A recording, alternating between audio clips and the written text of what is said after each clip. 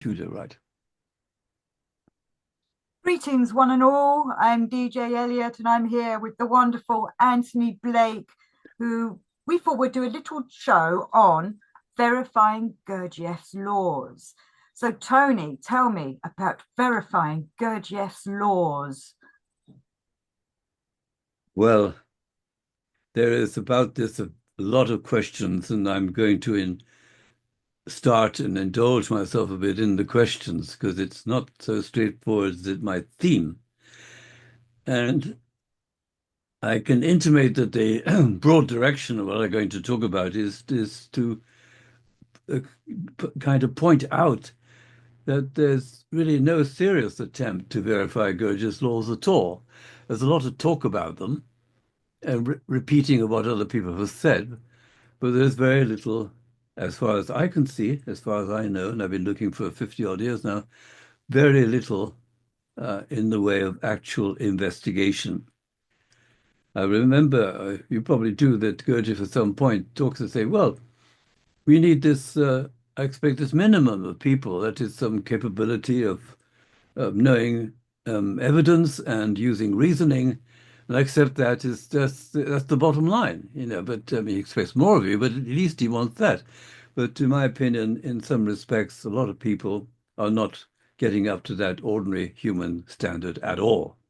Yes, he said that to J.G. Bennett, who says it in his book, which I've forgotten which one it is. And Bennett says we need 200 people, but that would have been back in them days. So, probably more now.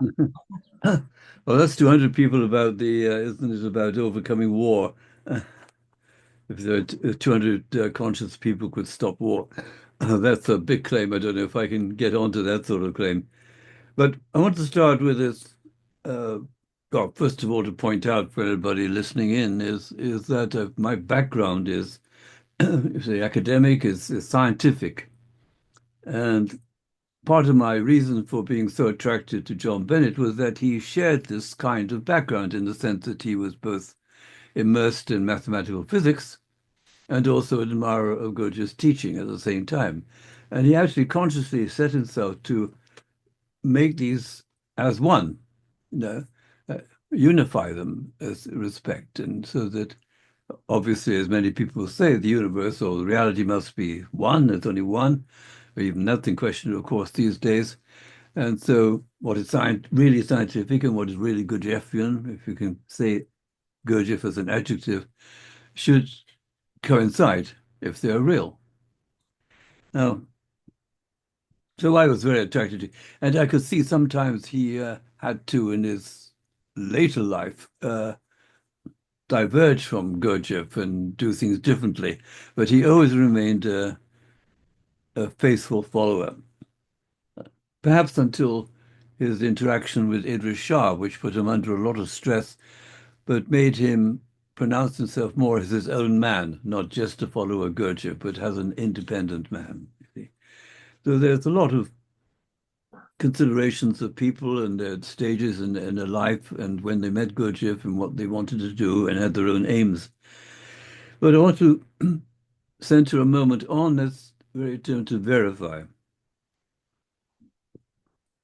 Now, quite some years ago, when I came across this, it was a moment I can remember where I was actually. It may seem strange, in the garden where a place I was staying near to Bennett, and I suddenly realized, in a sense, one can verify anything whatsoever. You know, why? Because you can work according to a cognitive bias. And that's the term now, cognitive bias. And what this means, you just select the information which supports your belief and ignore the information which does not support your belief. This is what you can see in the unnameable political circles in America at the same time, which exhibit this sort of behavior. And they will not listen to any contrary evidence whatsoever. Now, from my scientific background, you come across a radically different idea about something like verification. And I say it's something like because it's almost the opposite in a way, is falsification. As you see, the great philosopher of science called a man called Karl Popper, who came from communist countries, settled in England and so on, he was very frightened of authoritarian regimes and belief systems and so on. But he said a truly scientific statement can be falsified. And this really distinguishes them from other things which people might offer as a matter of opinion. Because, it's, they actually design what they say and speak about in the way so it can't be falsified. It's all to do with persuading people that it is so. And this falsification is very, I think, effective, pragmatic, practical sort of looking at it. But it's, to my mind, not being considered enough by people, us ordinary people, front of Gurdjieff's teaching. You've got to look at yourself and say, what, what do I know for myself? You see, what have I verified? And so the intention is very good, ask that question. But then one's mind is all going to be turned towards finding evidence which supports them and ignoring the rest.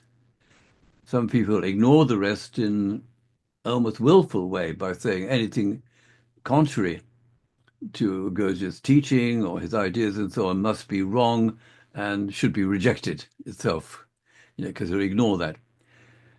Now, I'm going to go to a little technical detail about statistics. Forgive me for this, but it's a pretty essential thing.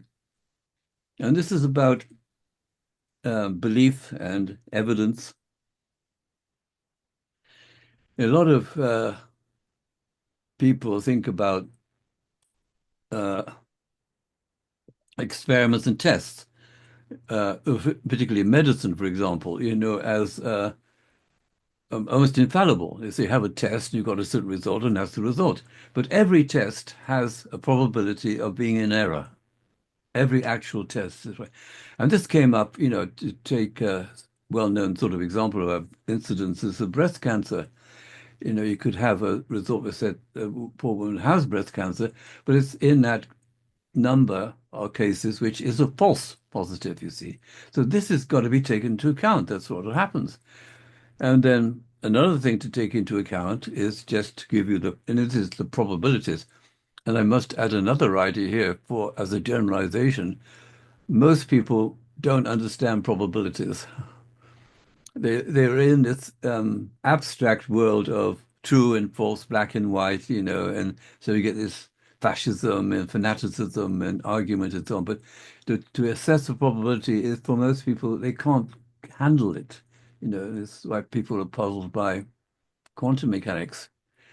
So you also have to take into account, say, this thing about breast cancer, which is a good example because it has very serious consequences for people. And that is to say, you've got to take into account just what is the likelihood of any woman having breast cancer. That's a factor to take into account. Now, there's a system of calculation about the probability which takes all this into account. Not only it starts with what is my belief, then I see some evidence, and how do I measure that the influence of that evidence? There is a test, say, and I got a result, but I have to take into account the context, the whole context.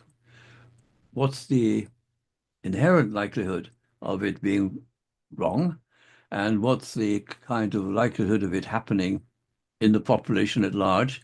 And you put it all together, and it produces a kind of shift then in your estimation of how probable it is. I mean, in terms of breast cancer, the shift can go from, if people take a test on its face value, because it was 100% liability, I got breast cancer. If you go through the Bayesian, what's it called, Bayesian statistics, it can turn out to have only about 15% likelihood of having brain cancer. And these are real figures, but they're not the absolute figures, which most people in the primitive mentation of the times take for granted. You've got to do an absolute. Is it true? Is it false? This kind of thing. But life isn't like that at all. And you've got to weigh up the probabilities to invest your life. Now, I mentioned this man in the name Bayesian because Bayes, it's one of these remarkable stories in science. He was a vicar or minister in the 18th century, and he devised this method of statistics, and he intended to address things such like what's the probability of the story of Moses in the Bible being true? And he was interested in these theological questions.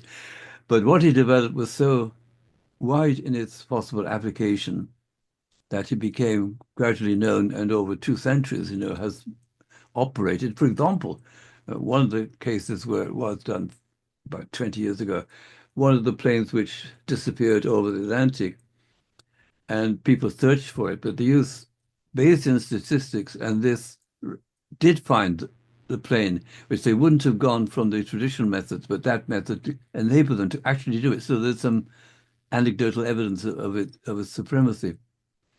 So Bayesian and what it brings into the picture, see, Bayesian statistics, you've got to start with admitting what you already believe. And it's a belief. And they're saying, that's all right, people have beliefs. Sure. But you've got to be honest about this. And then you can weigh up the evidence against you. Now, there's no, as far as I see, been no attitude like that in the Gurdjieff followers, towards Gurdjieff, because they're all looking for ideas, information which support what he's saying. Well, then I have to say that again because you froze then. They're all looking for. What supports their belief, believing in Gurdjieff. And I'll come later to questions about uh, not doing that. What is it like? And for myself, I don't myself uh, sometimes actually believe in some of the things at all what Gurdjieff says, in spite of the fact that I know Mr. Bennett insisted that the literal understanding of Beelzebub is a reality, and what he said he actually meant, and so on. I don't agree with him, just as he and himself, Bennett eventually in his life would say, Mr. Gurdjieff said this, and I remember the extreme example of this when he was at Sherborne. He said, Gurdjieff says, we do not have an eye, but we can get one. But I, Bennett, say, we do not have an eye and we can't get one, which is a pretty radical departure, but this is what he said, you see. But this is not, and I want to unfold, hopefully, my narrative about this is not to just dump all of Gurdjieff as nonsense. A lot of it, I think, is nonsense. It may be deliberate nonsense or humorous nonsense or just provocative nonsense or anything. But but still, he's a very, very extraordinary man. Gurdjieff did say, "Don't take everything I say for truth and go and verify it for yourself." Yes. So, yeah. Yeah. Oh, let me think from here. You see, there are what could be some examples. I'm going to work around to these laws, his famous law 3 and law 7. And there was always stuck in my mind a comment on this from Welsh man, that he made this very valuable illustrated talk about the movements. I've forgotten when it was. And he has this captions showing the sort of movements, and he's got this description of the law of 7 one point in one of his captions of the inexorable law. And I just really bridled at this notion, this inexorable law, this, I think these are some kind of fascists or something. This is the law, and there's a kind of fury behind it, and it's just really, it's like saying they're just pounding that this is really true. It's like Khrushchev or Trump or something. This is really true, and you people don't believe in it are stupid and all the rest of it. But no, inexorable law? What on earth is this? But indeed, what is a law? That I'll come to in a minute. I want to pause now and look at the something, a little bit about the scope of the writing he has in Beelzebub's Tales. Because nowadays I start from the kind of attitude that, at very least Gurdjieff is a creative genius, and his mastery in writing as well as in music and choreography is quite an extraordinary accomplishment, and so we must take him seriously on that account. But in his Beelzebub's Tales, he did something quite exceptional, and which made a divergence from Ouspensky, and which meant a divergence from his Moscow days, his Russian days. And the main thing was that in the Russian days, you had this seemingly scientific language about hydrogens and octaves and ratios and ladders of ascent and all that sort of thing in the enneagram. And it all was obviously, to my mind, deliberately couched in a form to make it sound sort of scientific, because what Gurdjieff thought would appeal to people at that time. But then he changed when he came to his own writings. And he pointed out, you know the story in Paris after the war, he heard the Inserts and Miracles for the first time. It was being read there, and so he said, Yes, and I, he said that it was very true to his what he said to Ouspensky, didn't he? that's right. I love Ouspensky now. He write what I say in this kind of thing. He said, but you have to read Beelzebub to know how to really do it, to put across these ideas. And in brief, what he did in Beelzebub's Tales, which was perceived by this extraordinary writer and scholar, Denis Sorat, who, as you probably know, uh, came across the early version of Beelzebub, which was circulated in 1931, and acknowledged it as a new mythology. And even he called it an extraterrestrial. I didn't know that. Okay, I knew he said it was a new mythology. Yeah, but extraterrestrial, and it's very shocking. Uh, but the further thing to mention about Denis Thorat was that there was recorded some conversations he had with Gurdjieff, which I take to be quite honest and down to earth and very valuable as a reference. But again, I'm choosing my references which suit my story, this kind of thing. And so, but for the moment, I want you to pause with this notion of it as a mythological text. And this is so interesting for me because I want also to take the story of Gurdjieff in context of the general culture in Europe and so on, and in the world, and not treat him in isolation. He was a man of his times, like any other man. Um, it was just by accident in surfing YouTube, I came across this material, excuse me, about actually T.S. Eliot's Wasteland, the poem. It's a very interesting observation that the man makes about the modernism and modern poetry and the rest of it. And I was astonished to hear that near the end of the 19th century, Mallarmé, the great French poet, talked about the tendency in modern poetry that it would not say anything direct at all. It would hint and suggest, persuade, you see. And it would be up to the reader to struggle to find out what it's talking about. Hmm, like somebody else we know. Exactly like someone else we know. Well, this is actually about 1890 or something like that, writing, just something like a lot of people looking at Gurdjieff are almost like I want to scream and say, it seems to appear to have no education at all about what's going on contextually. I mean, what was incredible changes going on around that time, including, of course, what intervened between Gurdjieff in Moscow and in Paris was, of course, the First World War, and how this shattered so many dreams and beliefs about things and ways of working and so on. But the mythological way, which is woven like in T.S. Eliot's Wasteland, which is taken as a masterpiece of modern 20th century poetry. And Eliot had a lot of influence about the way people thought about expressing ideas and so on. It, it's interesting that Eliot went back to these, not quite ancient texts, but texts about ancient mythology, like the Golden Bough. I'm sure you've heard of the Golden Bough by Fraser. I've only read little fragments of it. And also on, what was that other one? Oh, yes, it was Weston, I think, of the woman. He quotes in it from Ritual to Romance, because he cites her as a footnote in one version of The Wasteland. And this is about these guys, whatever the mistakes they made, research into these early stories. Now, now I switch to another little story about Gurdjieff and his father. I think more and more and more it takes that's very important, the fact that his father was a bard, a poet, a singer, and this sort of thing.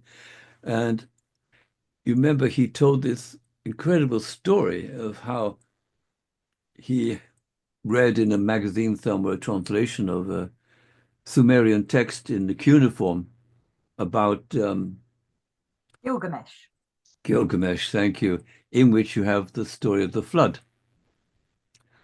And he read it, he said he read it in a magazine, and suddenly realized it was exactly the same story as his father had sung through an oral tradition over all those thousands of years. And it's a very striking, exciting part. I don't know, can't say whether it's true or not, but it gave rise to Gurdjieff saying, then later life, how much he saw there was so much wealth in this early mythology, in these stories, which he could have taken account of and didn't. Also, he might have spoken about that because during this conversation with Denis Surat, he pointed out he and his friends, and I love that phrase, he used, me and my friends, not, well, they called the Seekers of the Truth, they had a fancy name, but it was just like me and my mates. Just, it wasn't, because Surat asked him, do you come from any school? And he said, no, it was just me and my friends. And we looked into all this old stuff, what we could get our hands on, monuments and poems and dances and whatever we could get hold of. And we began to get a picture about this ancient stuff. But looking at that, reading that, it seems to me that probably they would be attuning themselves to this, what is called the mythological way, which is of expressing things and saying things and so on. Now, this is make another little jump to Owen Barfield, who was one of the inkblots, I think there were C.S. Lewis and Inklings. One of the Tolkien, Inklings. the He was Inklings. one of the Inklings. That's right.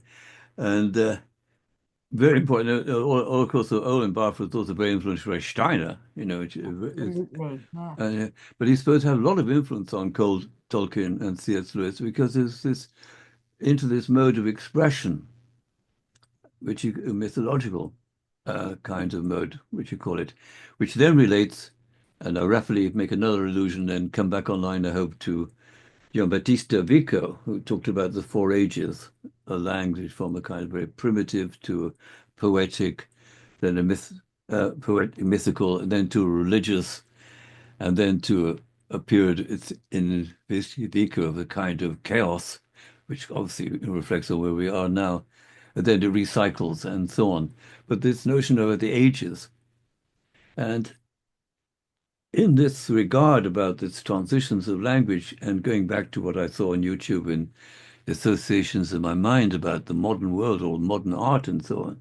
You see, Eliot really was an admirer of James Joyce, and Mhm. because his poem Wasteland was published about the same time as Joyce's Ulysses. And what was Ulysses? Was a rendering of the story of the Jew in Dublin according to the Odyssey of Homer. I always found the Ulysses, though I read it too young, I think I couldn't understand it. But I think if I read it now, I would have a I, better understanding of I it. I think you would. It's also if you can't get any of readings of it because the sound of the language is very, very important there. And I always say if you get a reading of Joyce, it must be done by an Irishman and preferably by Joyce and so because the language and you get to Finnegan's Wake. I mean, I've always said to people that's one of my dreams, which I'll never fulfill, is doing comparative study of Beelzebub with Finnegan's Wake, because they have this. What do you get? See this tremendous strangeness with language, these new terms, these bizarre stories and all the rest of it. It's in the same mode. So there's that all background to what I say. Now, in making this composition of Beelzebub's Tales, you see, I've thrown in now a story which I think you will know. I think it was in Paris with Gurdjieff and Bennett, and Gurdjieff took him on the street. He pointed to his shop. He said, "You see that there? That's where I took the name Bulmarchano from." And there was a butcher shop. And this belongs to this way. I love the French word bricolage, which is making use of the bits and pieces you've got around you. But it's also a feature of the modernist way. You don't do it in a kind of reason pattern, but you pick bits here and bits there. And also, what matters in it is that you get this combination between the lowest, the most rudimentary, and the most banal, and the highest and the most refined. These are not treated as separate at all anymore, which is Gurdjieff's way of writing, you see. So in the way you can treat Gurdjieff as as a modernist, you know. These kind of modernists look back into the deep past, what was happening in the origins of mind and all the rest of it. So that's very exciting. Now, It is. We need to have an understanding of the past to understand why we are here now. that is so.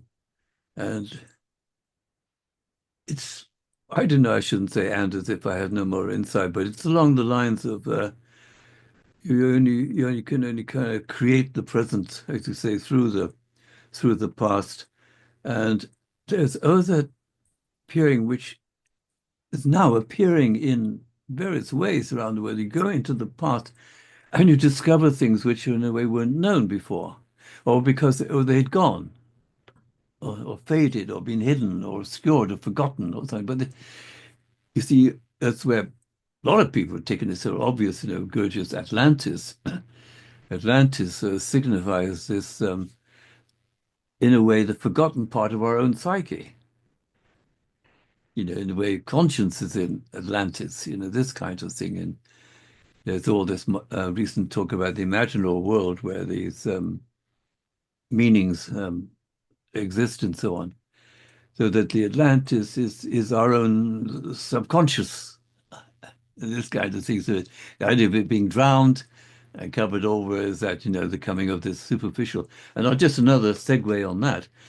I'm very appreciative of Ian McGilchrist, the one who's the spokesman for the two sides of the brain, and his narrative, which he's researched assiduously about changes in poetry and the arts in general and philosophy, which corresponds to what he believes is the record of a change of emphasis in the balance of the two brains. The ideal state being a balance between these two brains. These are one called, well, these are rubbed as analytical, and the other one more experiential, feeling the whole and all that kind of thing. And in a sense, obviously, the two together is what the gold is, you know, what the goodie is, you know. But he said there's been a sort of shift. And so he had this book called The Master and His Emissary. And the master should have been the right side of the brain, which sees the whole, and it sent out material into the left brain, which took control of it. And you can see that the last 2,000 years or so, at least, have been dominated by this kind of mind. It is the bureaucrat's mind. It's the fascist mind. It's all that kind of thing. It's not in itself bad, but by itself, it is a disaster. Uh, so They're trying to shut down people's left-hand brain, aren't they? So that we are more free thinking and artistic. And I think, in a way, bringing the subconscious comes up through that. And then because we haven't got the bridge to bring the two together, sometimes people can't. Like you say, it's the golden, it's the treasure, isn't it? If we can bring our two brains together to connect our two sides of our brain. uh, yes, you know, physiology is called the corpus callosum. And also, we could almost treat it. People don't. I don't know why, as a third kind of brain, which is it's the one, it's the meaning between. I love betweenness. You know, it's the between which is the most treasured part. But I'm going to revert to some of the sources. I wanted to put these in, saying Gurdjieff, like any art, like Eliot, you pick up these things, what people spoke like in the pub, you see whatever it was, uh, they're getting drunk and what they can come up with it, or what the great poets could say, and he puts it into the same verse, you know, just puts them together. Uh, so if I bring up some seemingly ordinary, quotation marks, secular, you know, non-spiritual sources, people can shudder and say, "Oh, you're not seeing the refinements of life, the highest spiritual natures of life. You're drawing on this stuff which is low, like a lot of Gurdjieffians, still um, treats psychology or psychoanalysis as rubbish, as an inferior thing, and they always think they are beyond this. You know, you see, oh, it's only for people who are damaged need to be brought up to some normality. But we're at the normality, we want to get to higher. You see, this kind of thing. So there's that general rejection of psychology and its methods and ideas as saying, well, it's not Gurdjieffian, therefore it's no good. But there is a case for taking it seriously, and so these sources of the two I got to cite. I'm putting it in here because I just want to tell people I think like this, and uh, 'cause I haven't got anybody to really acknowledge what I say because it seems to be quite rational. That is to say, the design of spaceships, and you were involved in our efforts to look at Yeah. that text, weren't you, uh, Yes. in the theatre group? Uh, and in there, you got this final design by the Archangel. I love that. Archangels designing spaceships was Yes. really, really beautiful, wasn't it? And Archangel Harrington, wasn't it? Harrington, that's right. That's right, Arthur Harrington. And he um, clued in or tuned in to this thing, the law of falling. That's a lovely one. It's one of Gurdjieff's lovely ideas, the law of falling. Um, I soon looked at that rather in a very straightforward physical way. And he's saying falling towards cosmic concentrations and so on. Gravity, a mundane thing. Can I talk about just gravity, not some kind of hoo-ha stuff? No, but okay, gravity. And that's it. What do I get? First man in the moon. Cavorite. Professor Cavor. He invents this spaceship which has these shutters. They put these shutters up and it cuts off the gravitational attraction. Is that Jules Verne? No, H.G. Wells. Oh, wait, shit. Right, okay, Yeah, yes. I know, I knew mixed I up knew. Jules Verne and H.G. Wells, right? Yeah, yeah. No, it's there. It says, and even I wrote papers about this in and you got the diagram of it and the design and all the rest of it. And I knew that H.G. Wells was translated into Russian, I think, by about 1900. Oh, That he was around, you see.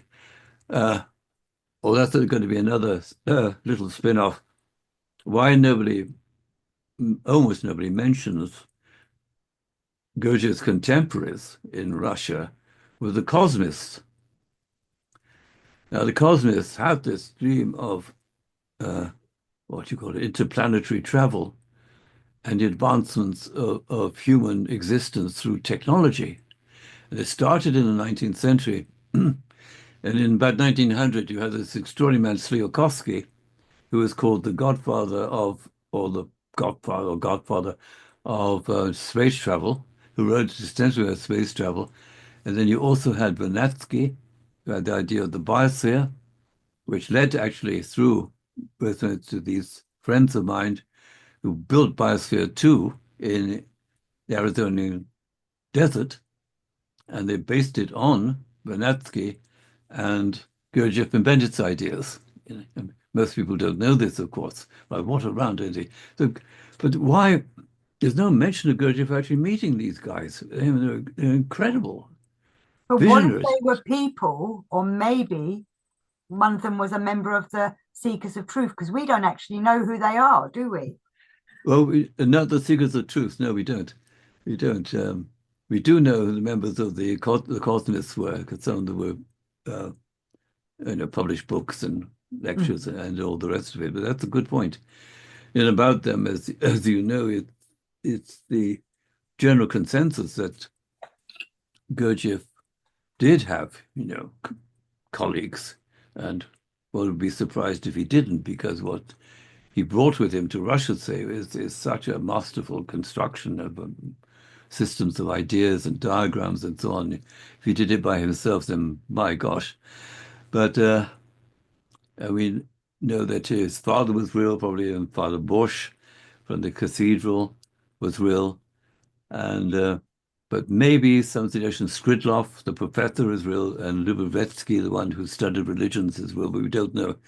The rest is taken as more mythological. But mythological, in a way, you see, it's not to make too crude a contrast with evidentiary empirical science. It's what's important in this to get a feeling for is the language, the way of doing things, the way of talking about things. See, this is what was Bennett was keen on. He did it in his sort of more academic way, but it was extraordinary. He went down to say, you can't you can't talk about new ideas in the old language. You've got to change the language. And people don't appreciate the influence of language, and you've got to change the very way. And so we know, going back to the modern age, um, these changes in literature, as in painting and music and so on, were radical changes in the form, the way things were done. But my old friend, I don't know if he's still alive now, um, Larry Pensinger, who wrote The Moon of Hoybin, he used to say the real revolution of the 20th century was in the reader, because people had to learn to read in a different way with this modern literature. Yeah. As somebody facing, like you, facing Ulysses, how do I read this? You've got to find something up. And going back to this statement by Malami, in front of us, why are they making it difficult? Why can't they just tell a story in a simple way? But no, there's a whole tendency here, an undercurrent. And the other reference I wanted to make was from Meetings of Remarkable Men this time, which is toward the end, I think it's the last chapter before the material question, when they meet Father Giovanni, Mhm. remember, in Kafiristan, which is a part of Abyssinia, no, that's right. Is it, was it Abyssinia? No, it's in Abyssinia. What was it? Get The, the places a bit mixed up actually. I was just going to grab my copy that's here while you all talk. right. I'm just, because I'm old, it was a track, it's so Afghanistan. Afghanistan. It's a part of Afghanistan. There you go. That's it. Okay. But and what the story says, he and Skridlov do it, and they dress up as dervishes or priests or something. Remember that? You get Yes, that? yes. Now, I don't know if I checked with you before. Have you seen at least the movie, The Man Who Would Be King? Brilliant film. Brilliantly, Sean Connery, Michael Caine, and so on. And what is it? They're actually two mercenaries. They dress up as dervishes and so on to go to Kafiristan. Now, I can't believe there's not a connection. It's So so I have to specific. find out who wrote that film then. Rudyard Kipling, no, well, Rudyard Kipling wrote the book. I don't know who did the film. Oh, I see. Right. So, right. Okay. Roger Kipling had all those experiences that are supposed to be mercenaries in India and trying to how to say, exploit people and all the rest of it. But when you look at it and say, look, dressed up as dervishes, getting into Kafiristan, wow, come on. Uh, Yes. but Gurdjieff was not fussy. And so he picked it. He said, I think he had an eye for an ear for a good story. Yeah, and throw it in. Uh, I always So you're thought about saying Gurdjieff stole Kipling's idea.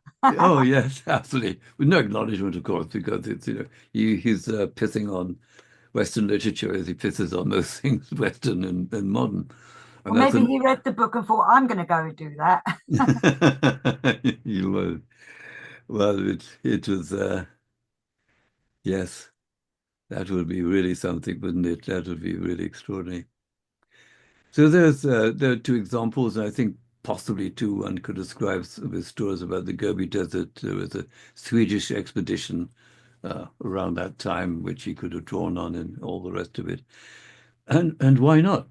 But in relation to these stories, you always have this problem that Gurdjieff never gives you his actual sources, ever. He Oh, might, you broke up then again. Did you say he never gives you his sources? that's right. Right.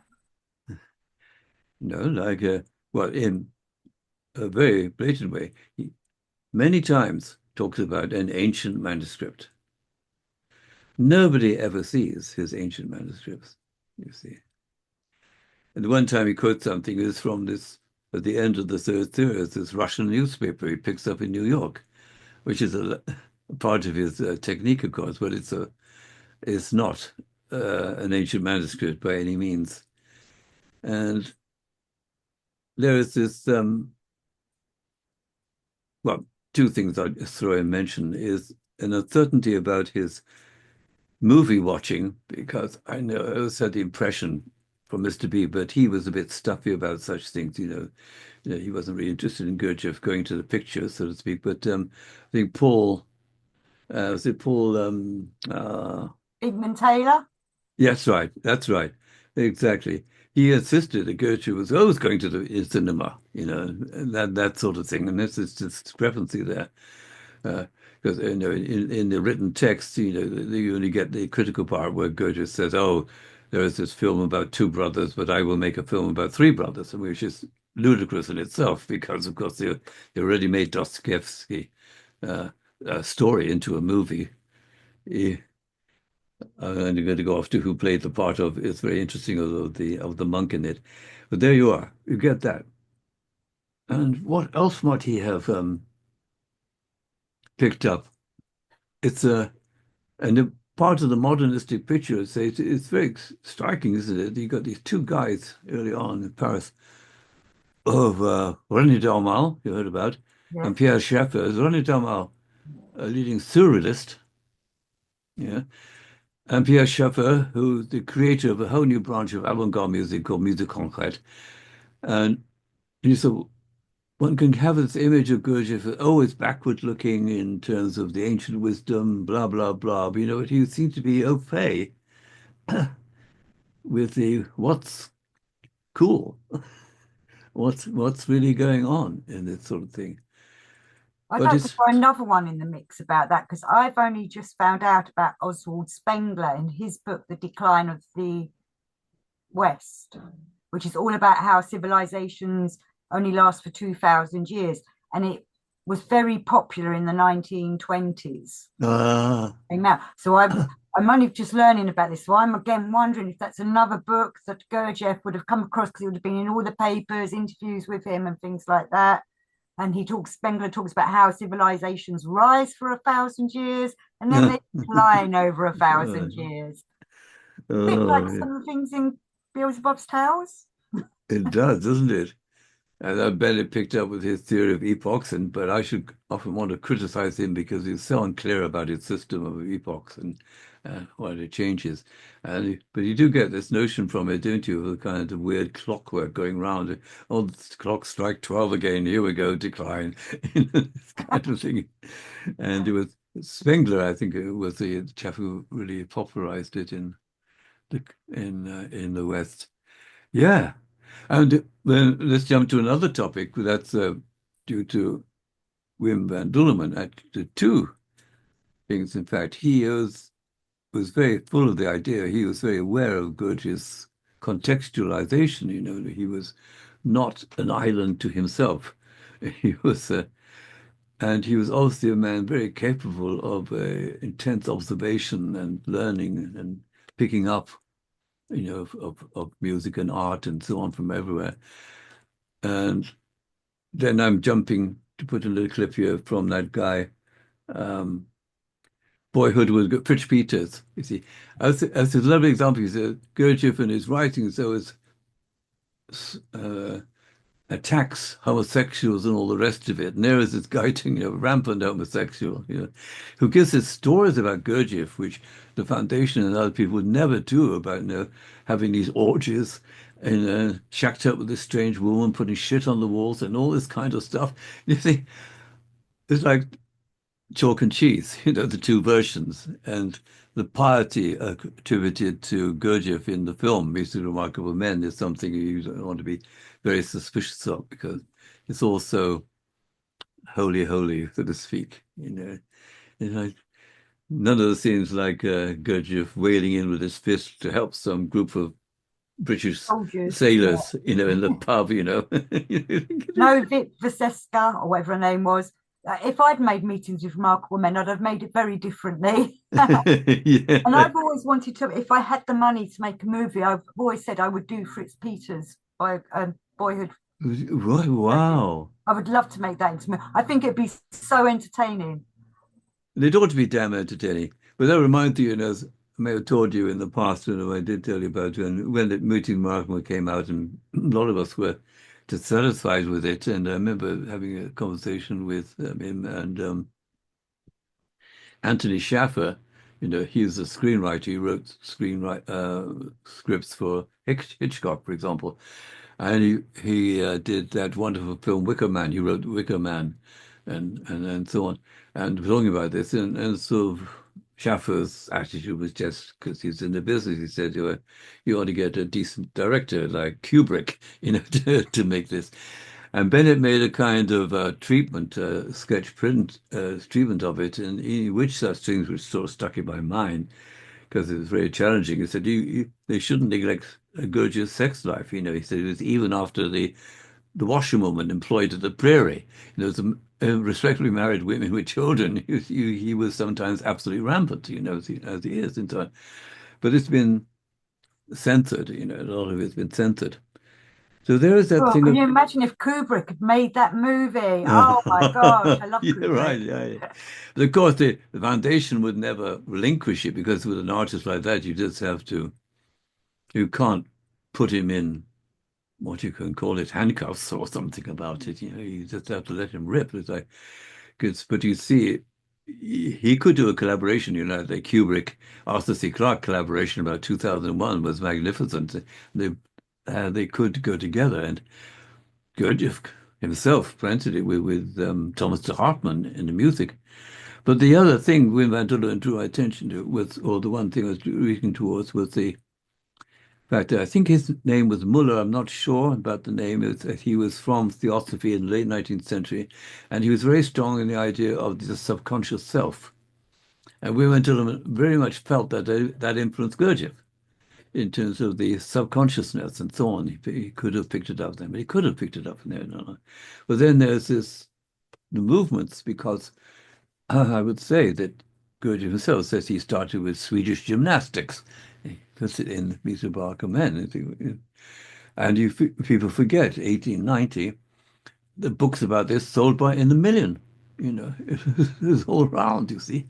But then also that chap Dalcroze, or Dalcroze, I don't know how to pronounce it, Yes, Delcroze, who involved with Steiner's eurythmics and, of course, Gurdjieff's movements. He knew De Salzman, didn't he?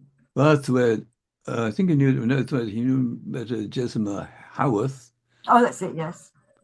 and then there was this crisis because had this scene when Delcroze's students were shouting that plagiarists, plagiarists when they were showing the Gurdjieff movements. I didn't know that. Oh, wow. Oh yeah, the guy who went through that was the whole story. He swiped a lot of the stuff from it, and in a way, well, what do you say? I can't the word. It's flattery. It's the highest form of praise, Praise, yes. something like that, isn't it? Because because Gurdjieff knew a good thing, so I said, that and put it in.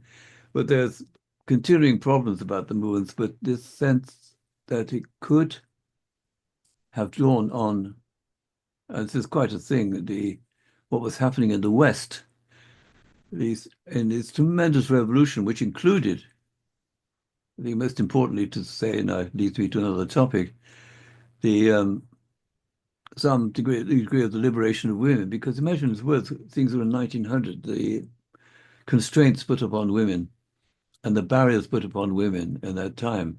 And then there's a lot of movement by women in movement to get movements which would enable them to be freed from this. And did you know there's a whole issue around the amazing innovation of the time was the gym slip, the clothes for schoolgirls.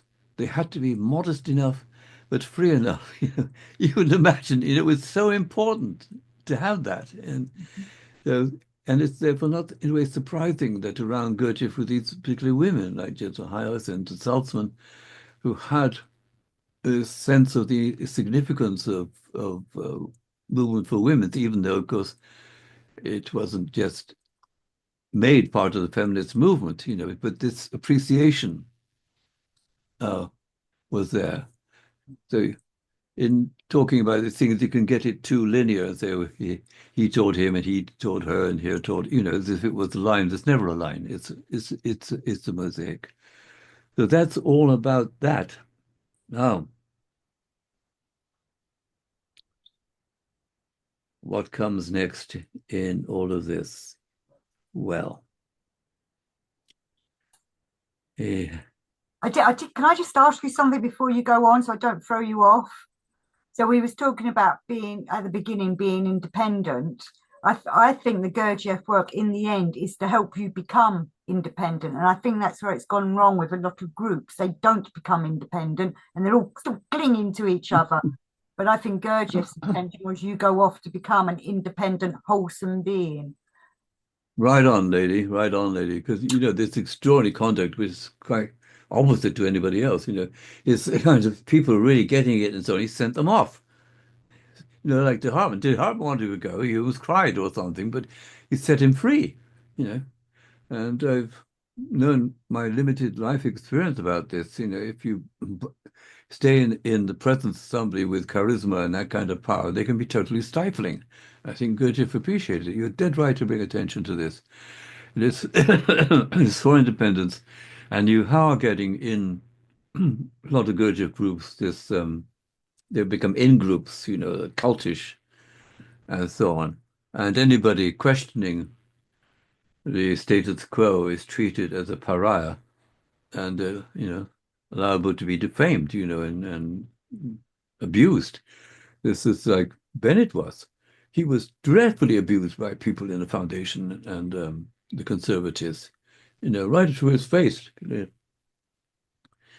Almost what you call it, defamation, character assassination, and so on of him. Uh, Completely intolerant things. And was he would do such things as trying to take care of the interests of the family of Gurdjieff, which he worked hard at. Uh, and then he had to fight Madame de Salps and so on, wanted to control everything, all the materials and writings, for herself and her ideas. But there it is. But I want to lose sight of your fact about this independence. You see, how can you, it's a kind of oxymoron, is how can you get taught to be independent? Because I always felt that was a problem with, some of JGB's hopes, because he was a wonderful man, wonderful teacher and all the rest of it. And he did these things, but he was always looking for the more advanced groups and so on. But suddenly it dawned on me eventually to say, well, problem is, always these more advanced groups were still under his control. So it had to be an extenuation of what he was doing already. It couldn't be anything independent. So it's a real issue you're raising here, because independence, in a way, requires rebellion of a sort, or it's going out on a limb, uh, and it's very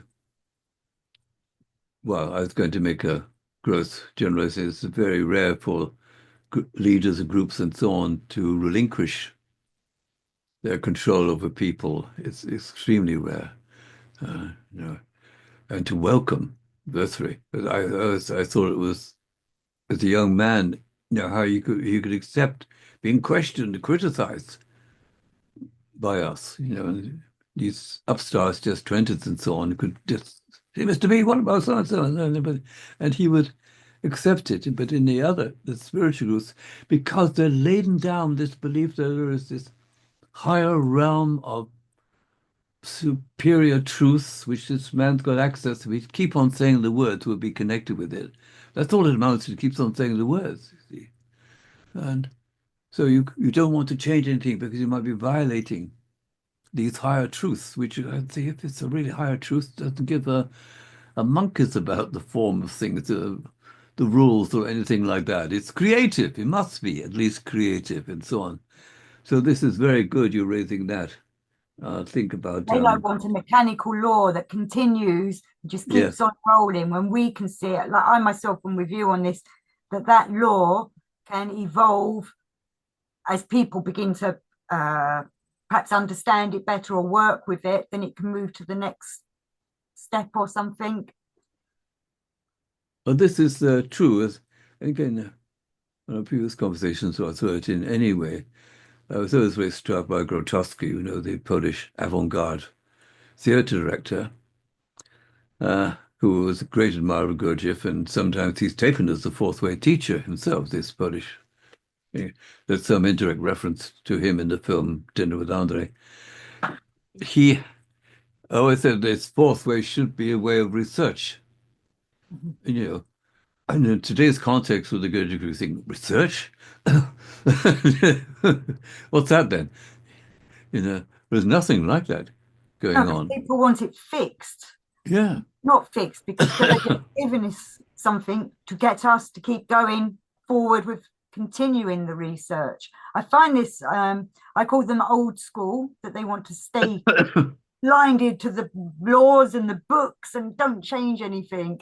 We don't have to change Gurdjieff's wording in his books, but No, the system will change in us as we work with it.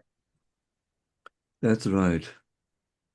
And I was struck by years ago when I was actually writing my first book on the Enneagram, and I was in touch with the man who was at that time, I'll tell you his name, the secretary of the Gurdjieff Society, based in London, which is equivalent to the foundation.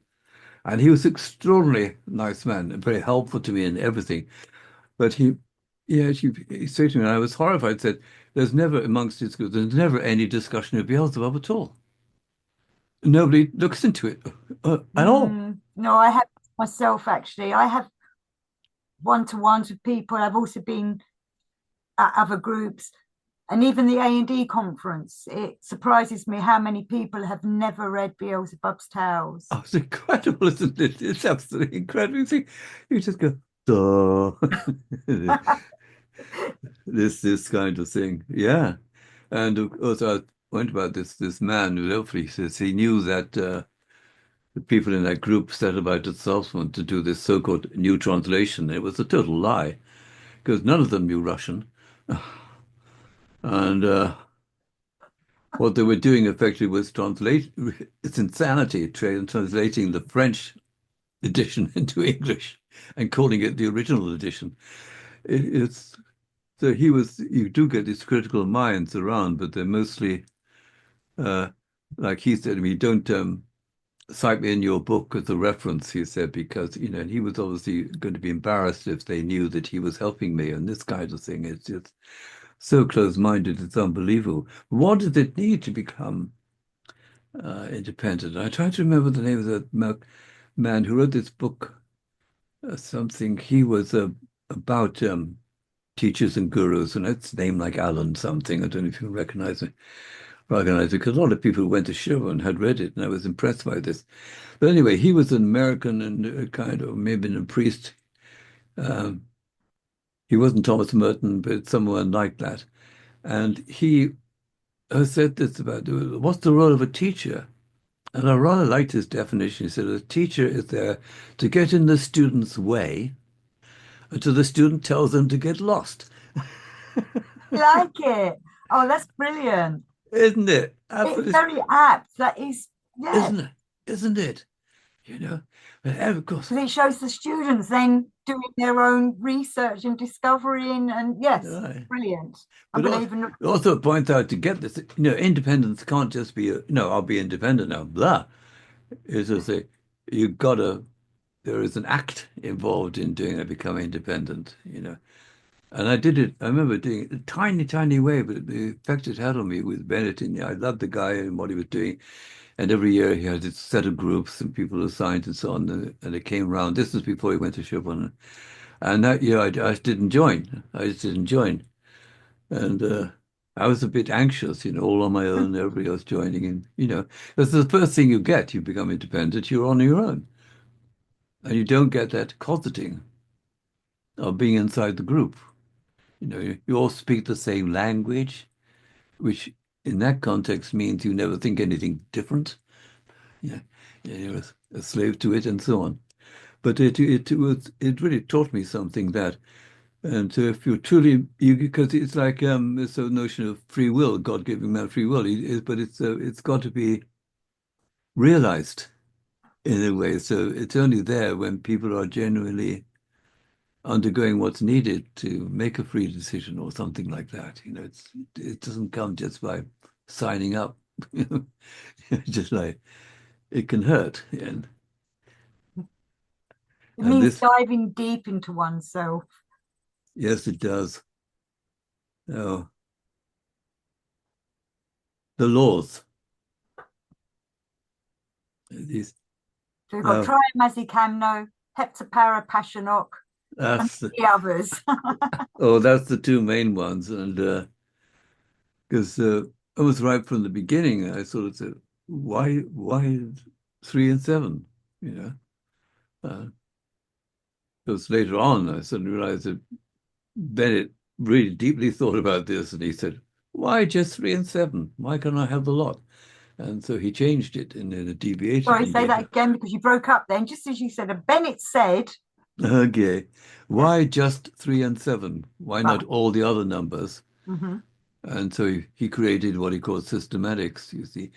But this is a clash of attitudes here because I just so astonished hearing Gurdjieff people go on and on citing the law three and the law seven, and I say with no justification for it. There's no, it's just entirely, it's like being a member of the Catholic Church or something, relying on the creed, the dogma. You're just accepting the dogma, whole scale, you know. And I think this phrase from Lewis Welsh, inexorable law. What the hell does that mean when referring to sevenfoldness? And, uh, The sevenfoldness, I must admit, I do find difficult, but I've seen it in other, like it's in theosophy, it's in anthroposophy. I see that it's in quite a lot of the ancient um, teachings as well. So there is something about the number seven, and cosmology. And I understand the law of three is to do with us here on Earth, and I can see how the law of three kind of works. Sometimes it confuses me, but there you are. This is quite sensible what you say. Let me tackle it. And well, first, a few general comments about law. See, what in God's name does he mean by law? Uh, because it's got these emotional overtones to it. When you put down law, you think policeman, or do you? Or what do you think? Or God, yeah, it's something higher than us to look after us or in charge and authority. yeah, that's right, or suppressing us, what anything. But the word inexample is like something like a completely mechanical law, a prison. This is what it's defining. It's that kind of mixed up language, first off. And so you get law of different kinds. You see, you get divine law, you get Secular legislative law. law. Pardon? I said secular law. What did you say? Well, I can't remember, but a lot as a statutory law, the law associated with policemen and governments and legislation and so on, because this is all temporary. And you get physical law, of course, and these have different meanings, and within each category there are different meanings and so on. But there is, the moral law, in a sense, can't set the starry heavens above us and the moral law inside us to do with conscience and so on. They're using the word law in very, very different ways. And, and if you say religious law, it could be a law as put in the book, so to speak, or a law of conscience or something. It could have all range of meanings. But the tendency is to want this to be absolutely determined and fixed. Is that the language associated with is deterministic. The people say you can't escape it. You can't escape this law. I couldn't make any sense of this whatsoever. Now you refer to all these references. Yes, no. Cosmology in the seven. And also, I was thinking of the seven rishis. Uh, I'll throw in another one of my favorites, the Pleiades, and the mystery why there are seven Pleiades, but only six are visible, and which belongs to it. It's supposed to be one of the most ancient stories, which is global, and so on, all this kind of things. And it is certainly true. But this thing has been traced by scholars, and here I must refer to them, even though I can't remember the names, of course, but there's a certain woman who's done a lot of work on this. And it goes back to our dear friends, or my dear friends, the Sumerians and ancient Mesopotamia. Mesopotamia means between the two rivers, the Tigris and Euphrates. And this extraordinary culture, which I find much more interesting than the Egyptian one. And there's a lot of substantial evidence that this sevenfold way of thinking. It's a way of thinking in a way, but it's sevenfold. It's not necessarily as Gurdjieff's got the law seven. It's sevenfold thinking goes back at least 4,000 years. and it's in documents, yeah. And it's also associated, which Gurdjieff rightly draws attention to, with music. And his statement that the ancients understood cosmic laws, but put them into this audible, tangible form of music, for the people. That was his general idea, which has something to say in its favor. But what, was known, he was writing about 100 years ago. That's Gurdjieff. And much is being found out, in particular, like uh, complex musical scales and theories of music are 4,000 years old. Now, notion of these scales appear to have passed on. And one way it did because of this form of writing, the cuneiform writing, the wedges in clay and so on, were kept on being used even for different languages. The next civilization was the Akkadian, which was Semitic, a different culture altogether. But it carried on, and it carried on with some of this knowledge right up to Babylonian times, who then influenced the Greeks. So eventually that's where, in a sense, Pythagoras didn't make it all up himself. It was ancient by the time he got hold of it and all the rest of it. See? Uh, I'm going to talk a little bit about the seven and understanding sevenness. There is, in looking at the meaning of a number, I have to say only that phrase, the meaning of a number seven. And that is a way of looking at it in terms of what are called partitions. In other words, it's how many ways you can make the number out of many parts. So seven can be 6 plus 1, 5 plus 2, 3 plus 4. But there's also a form of it which is very, very interesting, which is 3 plus 3 plus 1. Now, what's 3 plus 3 plus 1? How does that appear in word? It actually is there in the Jewish tradition as the menorah. It has three candles. Yes, your three candles on either side, Yeah, and God, and the one in the middle. that's right. Now, that is exactly the same form as Bennett used in his seminar of spiritual psychology, even though it's put upside down as the hourglass, so to speak. You see? And and it's really implicit in Asbailis' seven rays. It's the two wings and the central one. That's a very common way. Now, each of these appears in ancient literature and mythology and science and so on.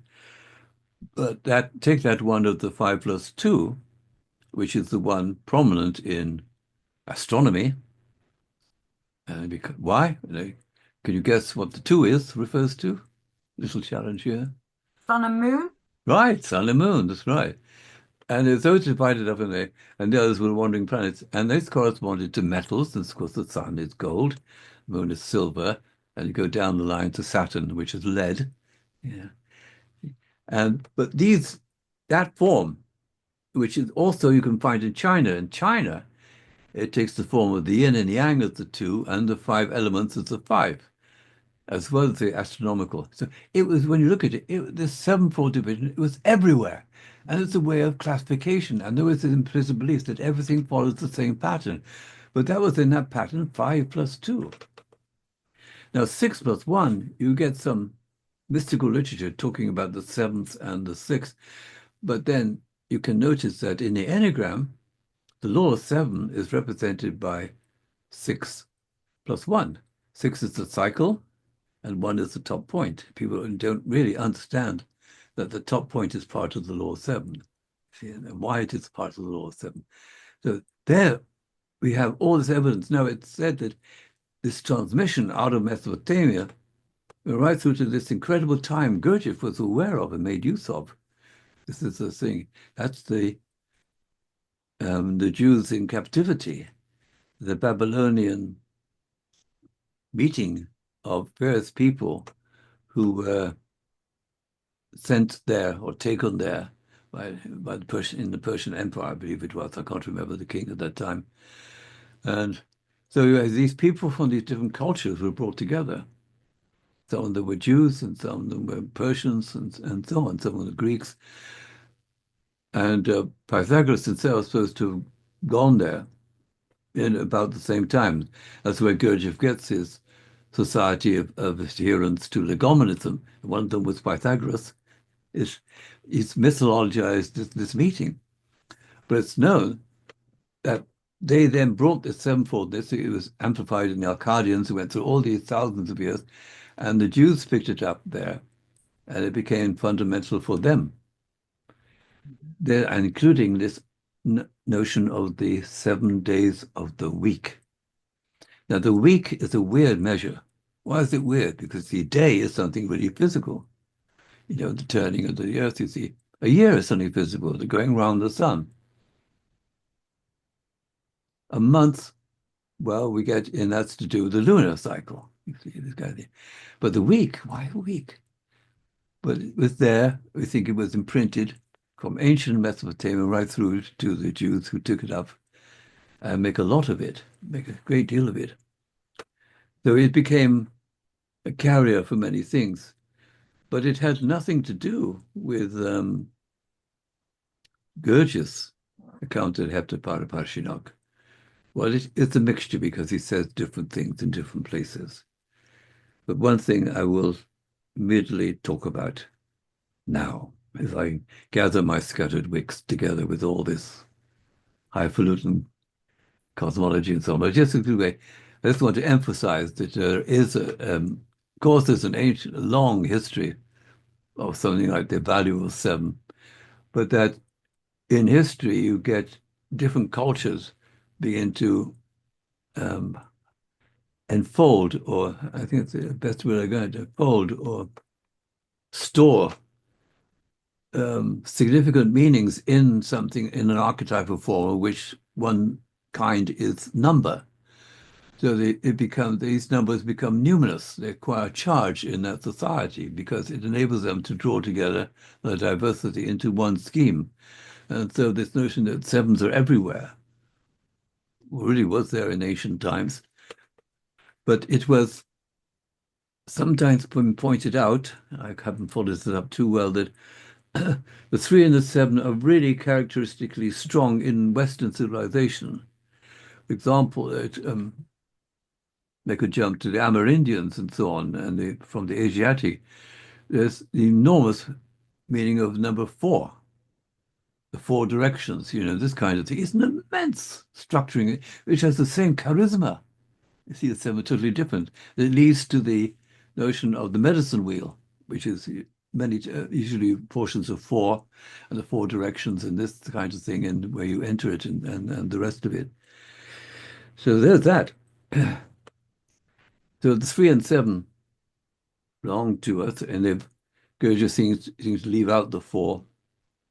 And then you may have left out other things too. That marvelous diagram Gurdjieff introduces of the diagram of everything living. You remember that? I call it a staircase. Can you visualize it? It's all coming up and down there.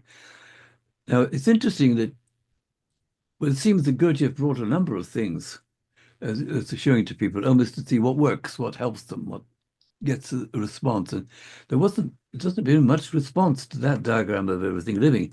I think the only one who really looked at it and did some research, you see, was Bennett. And it became his scheme of essence classes, and which depended on, in a sense, the law of 5 is a pentad at the heart of it. But he's the only one who ever looked into that diagram of everything living, as far as I know. It was known in ancient times by the name the Great Chain of Being. There's a whole book by Professor Lovejoy about it, which is really, in a sense, a total bore, because he's all about who taught who what, who said what to whom, and all that kind of stuff. Goes on and on for pages. But it's only Ben got hold about this. It's the Togo alter egocrat. It's the feeding chain going through. It's just, but all these organic, meaningful connections, which is only Bennett has brought out from it, you see. Gurdjieff never did. He just, because he must have said, well, think about it. But it didn't come back to him. He didn't bother. He just left it there, you see. Didn't he say everything eats everything? Yes, that's the reciprocal maintenance and all of that.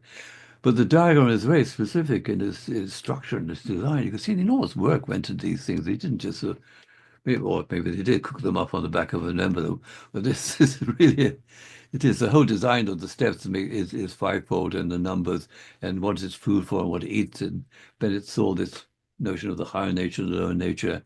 Um, so he put the work in. That's what Gurdjieff wanted, and that's what he. So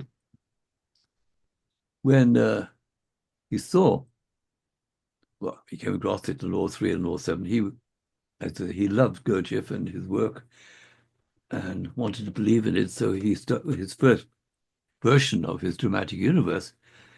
It's all about justifying this strange numbers, the 3 and 7. But he actually justified three numbers, 1, 3, and 7. And 1 became the symbol of being, okay. 3, the symbol of will, okay, Trinity. And 7, the meaning of function, which was Bennett's system. We don't go into here now about this threefold triad, cosmic triad, and so on. But then when he finally published it, he's got the whole 12, and he's flown in the face of Gurdjieff, you see, because Gurdjieff had this fanatical, there are these two cosmic laws. There is one of 7 and there is one of 3. And this is the truth which you will go forever and ever. Amen. You know, which is what it comes over like some people. And to see people on podiums talking about law 3 and 7, as if they're reciting some arcane formula, just or some token name of a god or something. It's just unbelievable. There's no energy of discussion of these things at all. But I hope maybe Gurdjieff only did law of 3 and 7 so that people would go and look at what the other numbers mean, like what Bennett's done. That could be. That could be. Well, there's the rub about all of this. Maybe we'll come back to it before we finish. I was trying to think of what I've forgotten. You know, those things when you try to think about it, you've forgotten. It's just unbelievable. Uh, sort of thing. But then we come to his well, two things. I'm going to come to the what he called the ala atapan, and the other is the octave. Mhm.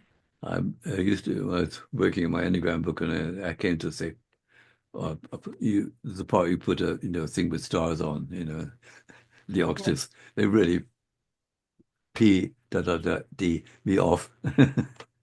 uh, uh, So tell us about the Ataban. well, if I go there if you like that out of and I come back to the octaves. The other band was the device because that's yeah, I want to talk about Gurdjieff's technology. It's absolutely amazing what he does with this. I mean, it just is so intricate. You only got that device, which I know was Chinese or something, and then you got the scientists on Saturn, Gunnar Harhak, and so on. Um, and you got things done by Hajar Struve in a cave, and many examples where he's got, oh yes, in meetings, these wonderful apparatuses where the priestesses line themselves so they can learn the gestures for the movements. That machine, do you remember? Not remember that machine? Okay, it I was when they can't got see. I remember the Hassif in the cave making the plants grow and shrink. no, no, no, no, no, no, no. This is for the movements, in particular. It's in the when they go to the Samuel Monastery, and it's Oh yes, okay. Or the yeah, yes, the and apparatus that they had in the that's monastery. right. And it goes into all this detail how these gold plates are in inscriptions of how to do it, and you've got these balls you rotate them, and it's so intricate, you see. And I try to get myself and other people to look at it, but we just reach a certain point and go, duh, we don't know. But it's extraordinary, and with the spaceships, ridiculous spaceships, even with silly, is what they call it, um, oh God, it's gone out of my mind. There used to be a Well, how they cartoon. work. What? Well, how the spaceships Well, work. how to work, yeah, Yeah. but I think there's a parallel. An English humorist used to write uh, something Robinson. Uh, um, he was renowned for in the cartoon inventing weird devices, and Gurdjieff's description reminded of it. It's like a little arm reaching out and turning a switch, and it's just ridiculous. Um, but the point was that he did do it, and he was certainly trying to portray himself in the model of an empirical scientist. See, these people did experiments and they made observations. They're scientific. But of course, what he's describing is being observed and set up and discovered and talked about and so on is contrary to actual science. You know. Uh, but it's so persuasive. And going back to Eliot, you had three kinds of phenomena compared. One was light, the other was sound, and the other was chemistry, opium in particular. Now, the thing is, you see, and he implies that they all line up, but they line up, it is implied, you're not clear about this, in structure. You see, you can talk about sevens, just as seven items, but structure in a certain form, inside that structure is another matter altogether. And it comes to sound and music, there are different what are called scales, which divide that continuum into different steps.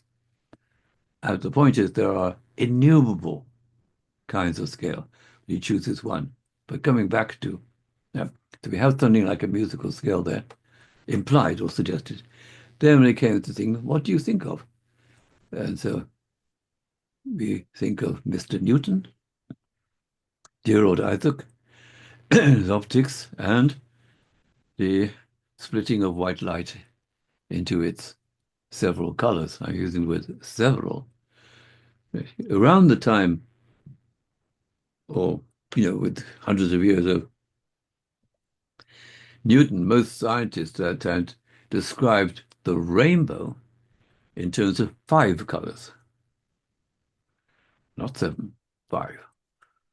Um, and look at what is now taken by most historians of science, why Newton said seven because he felt there ought to be seven.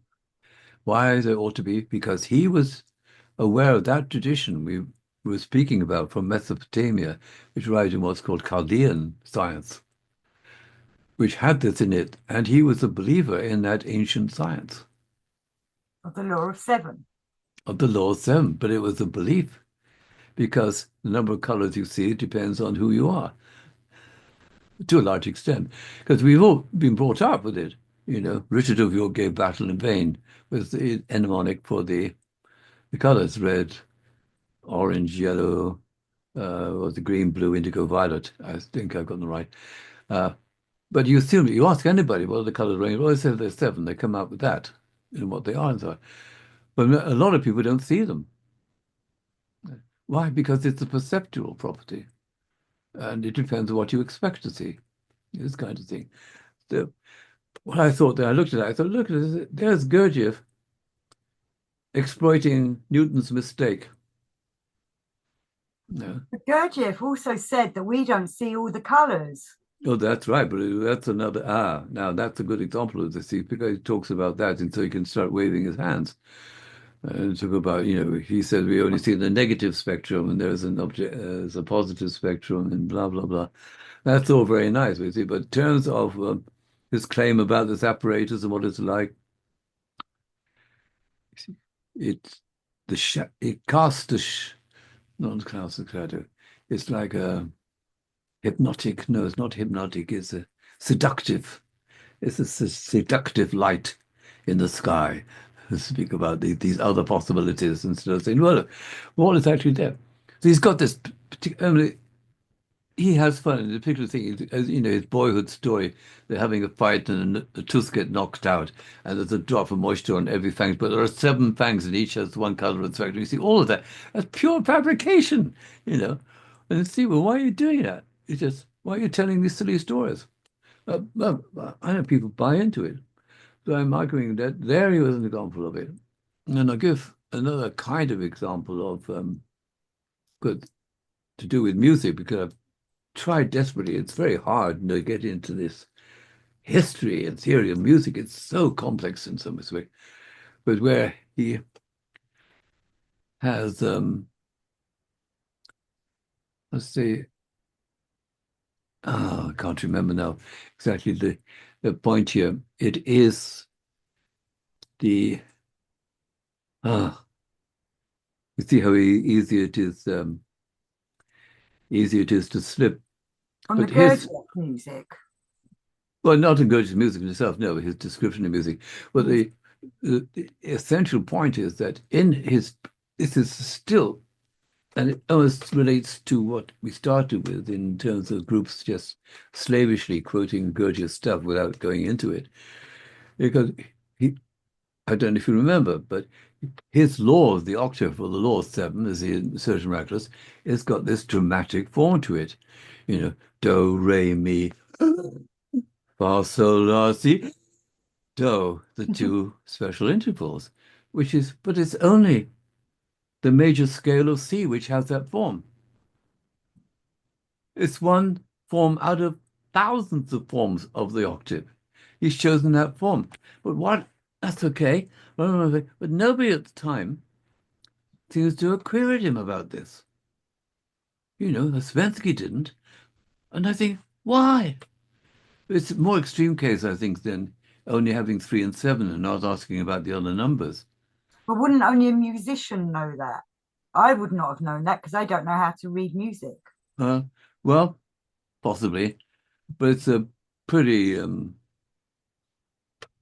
accessible thing Right, of okay. music because I think even most people know there are different keys, for example, and so these video are different forms of the octave. You get some sense of it from that.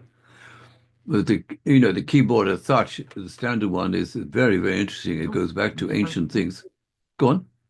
So you froze then, the keyboard as such. Oh God. It's very interesting structure. It goes back to ancient times because it has the two numbers in it of 12 and 7. It is 12 because there is this what's called circle of fifths. Now you do have to know some music to know what the fifth is. If you get the octave, do it in numbers, do, re, mi, fa, sol, la, si, do, then the fifth note is the note sol.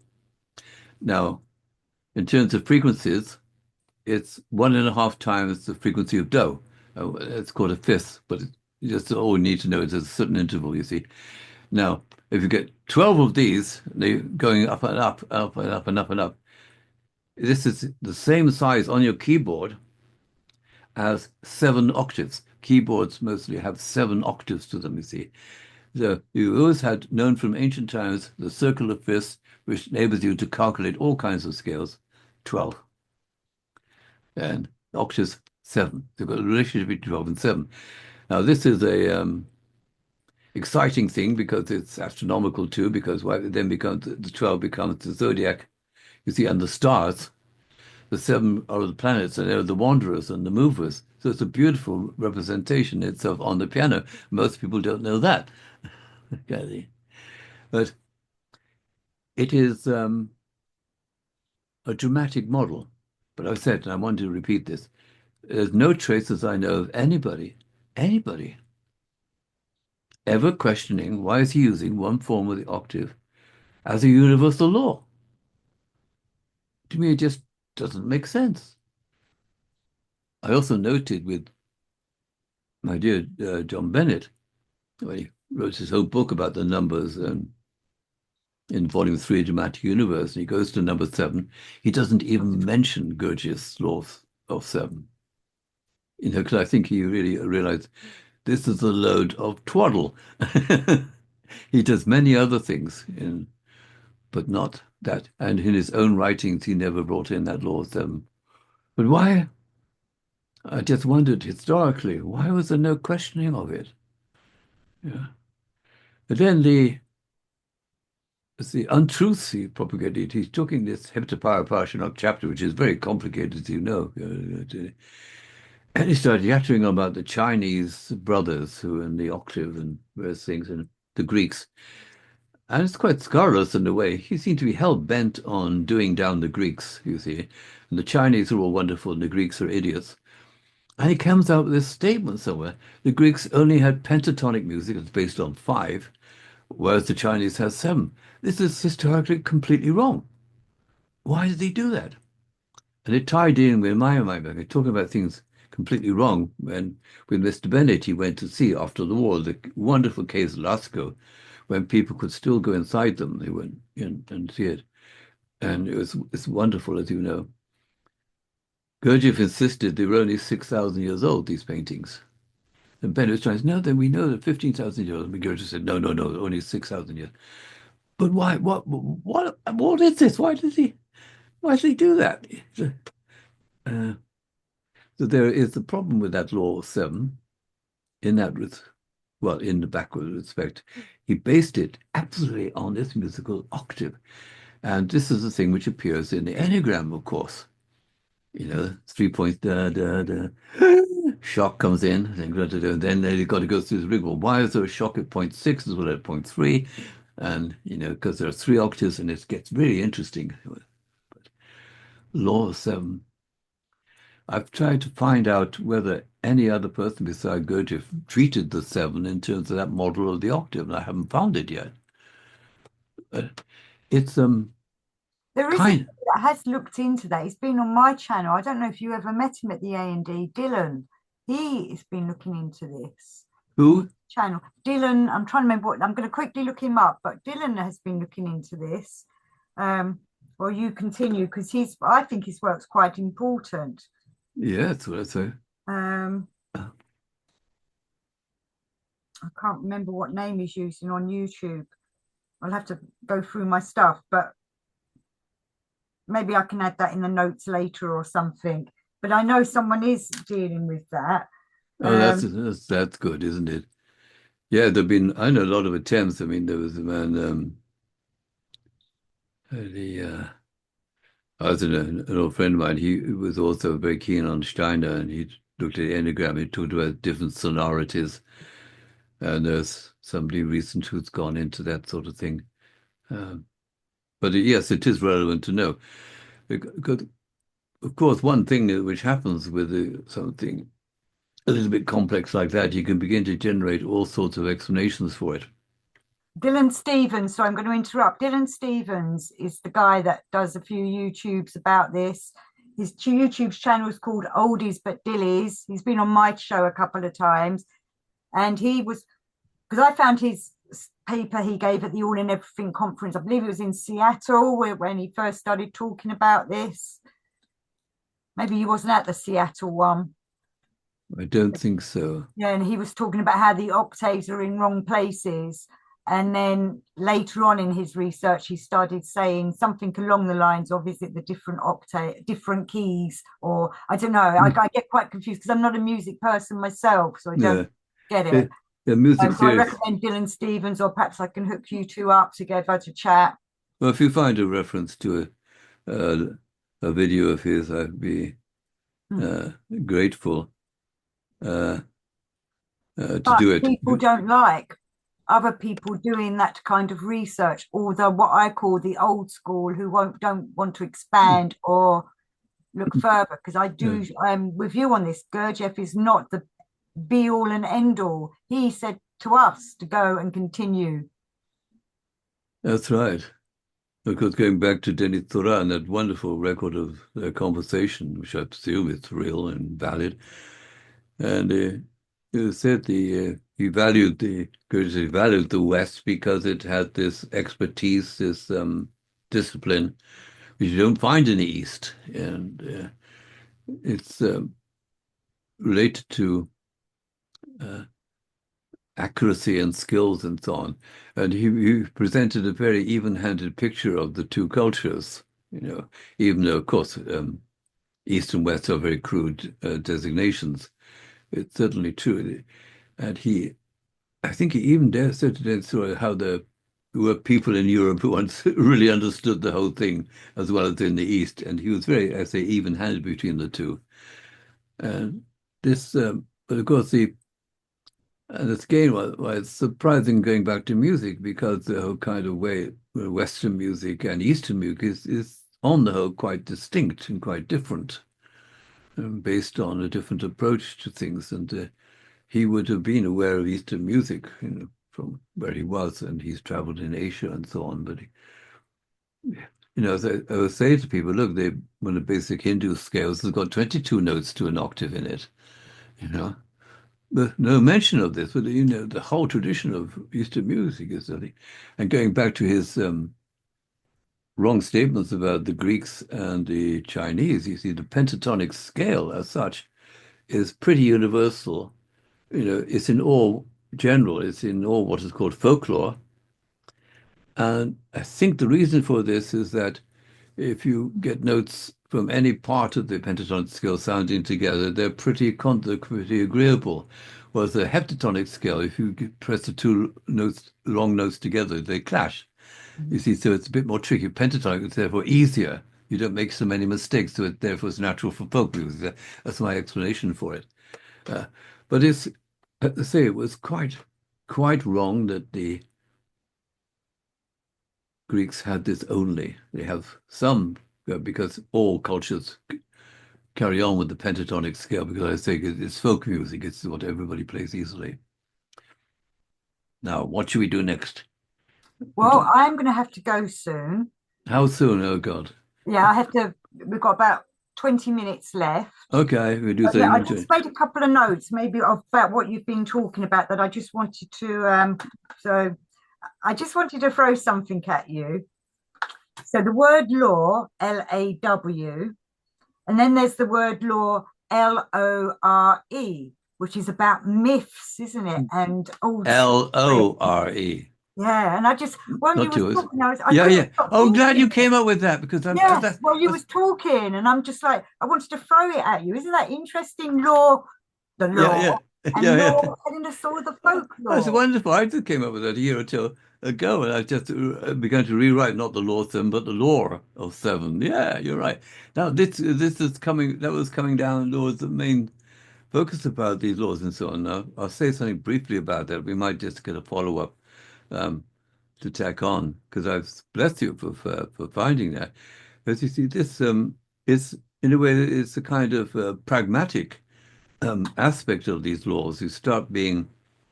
If you stop being highfalutin and absolutist about this, what I call the fascist mentality, then you can get something from it, you see. And I contrasted in a little essay wrote about this good parent Gurdjieff approach with the scientific one. In 1956, there was a paper published which actually became in a psychology magazine, which became one of the most widely read of that genre ever, and was called, and I think I've told you about this before, the magical number seven plus or minus two. Now, this is really empirical. It's looking into information processing and the capacity of a memory stores and the span of attention. It sort of got into the machinery of our psychology. It's based on all of that. I thought there is the contrast. This is the true Western thing, which is looking at things like probabilities, and this is approximations. This is what people have found out more or less because you have to take into account individual variations.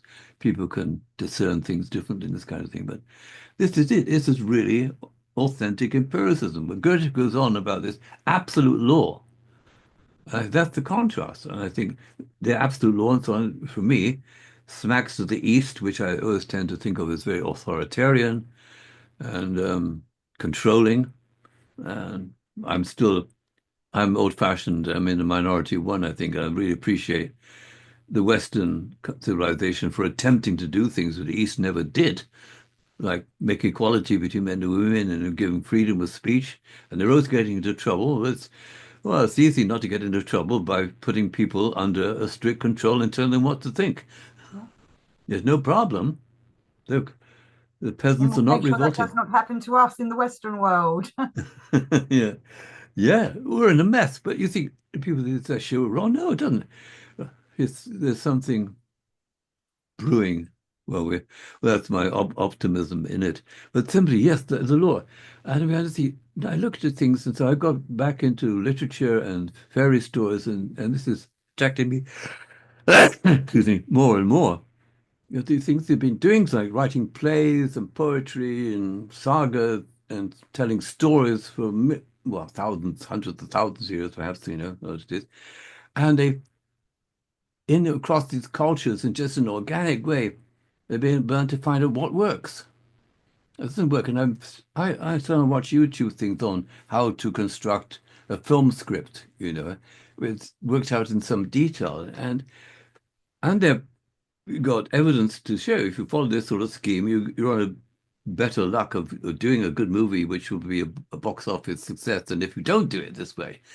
Because it's a wonderful structure, and it's just a repository of know-how about the human psyche, which is of great value, the nature of stories.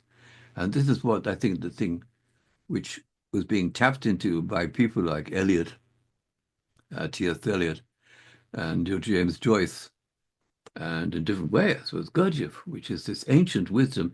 The ancient wisdom is in the psyche, so to speak. It's buried there, and it's in language and all these things which Gurdjieff looked at, the dances and the monuments and all of that, which relates to his marvelous woman's work, Miss Kelly, God, the memory code, which I think is absolutely wonderful. But it's because it's connected with what she writes, connected with how to read it and how to make it and what happens to those people who can do it and initiates and all of that, but won't have time for it.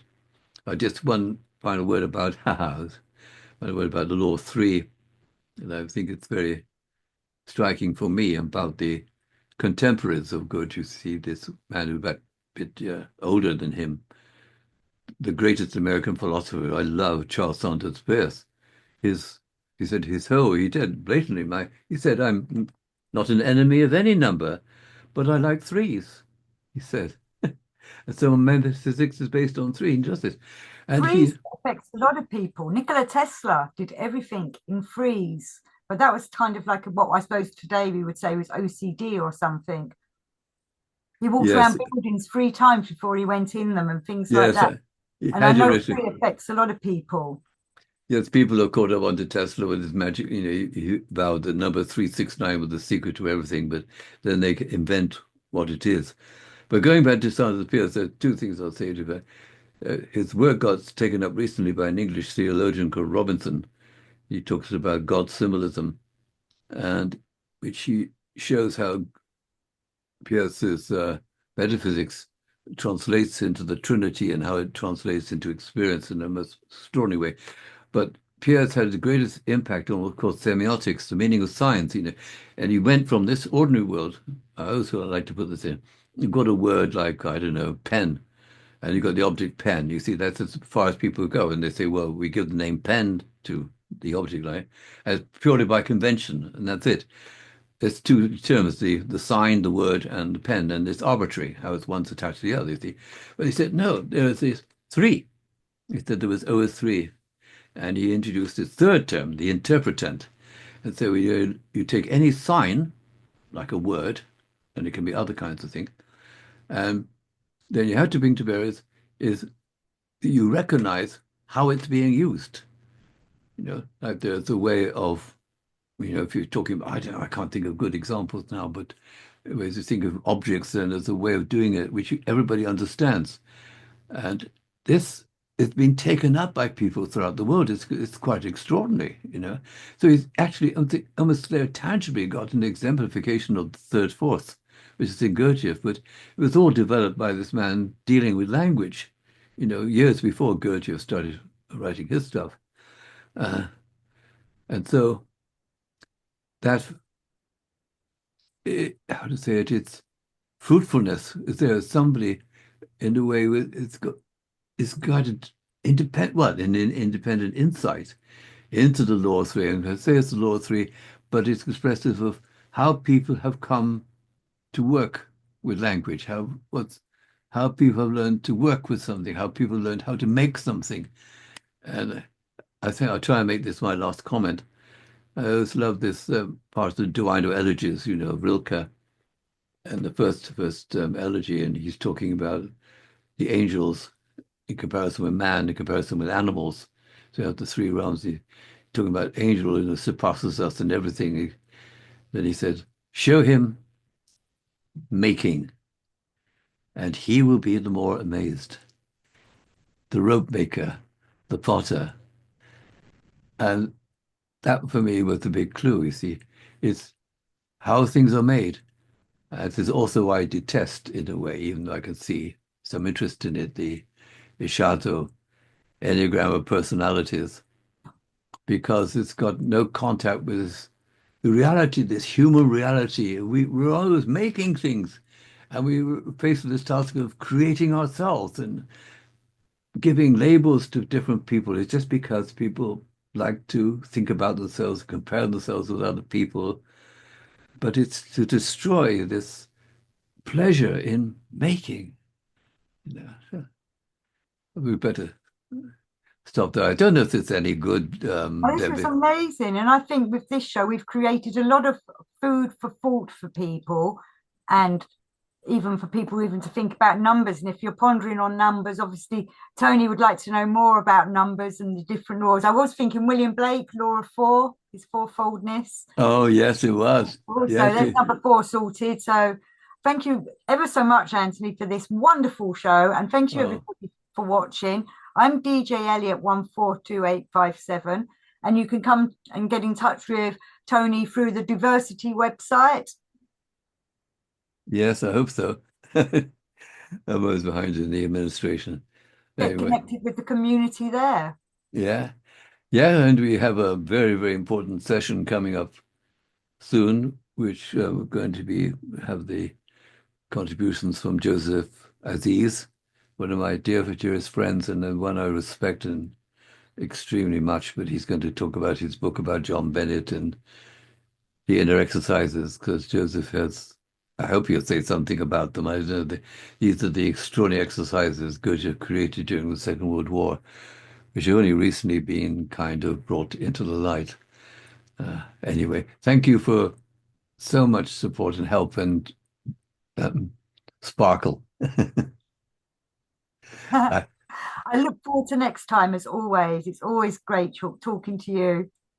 yeah, let's raise the banner. Cheers up.